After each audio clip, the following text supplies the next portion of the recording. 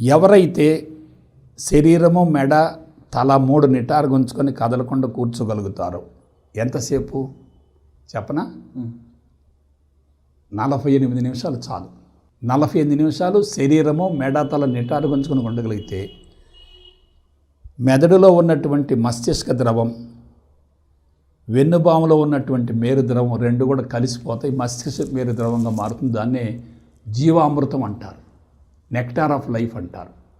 వెన్నెముక నిటారుగా ఉన్నప్పుడు వెన్నెముక మీద ఉన్నటువంటి చక్రాలకు అనుగుణంగా హార్మోన్స్ ఉంటాయి.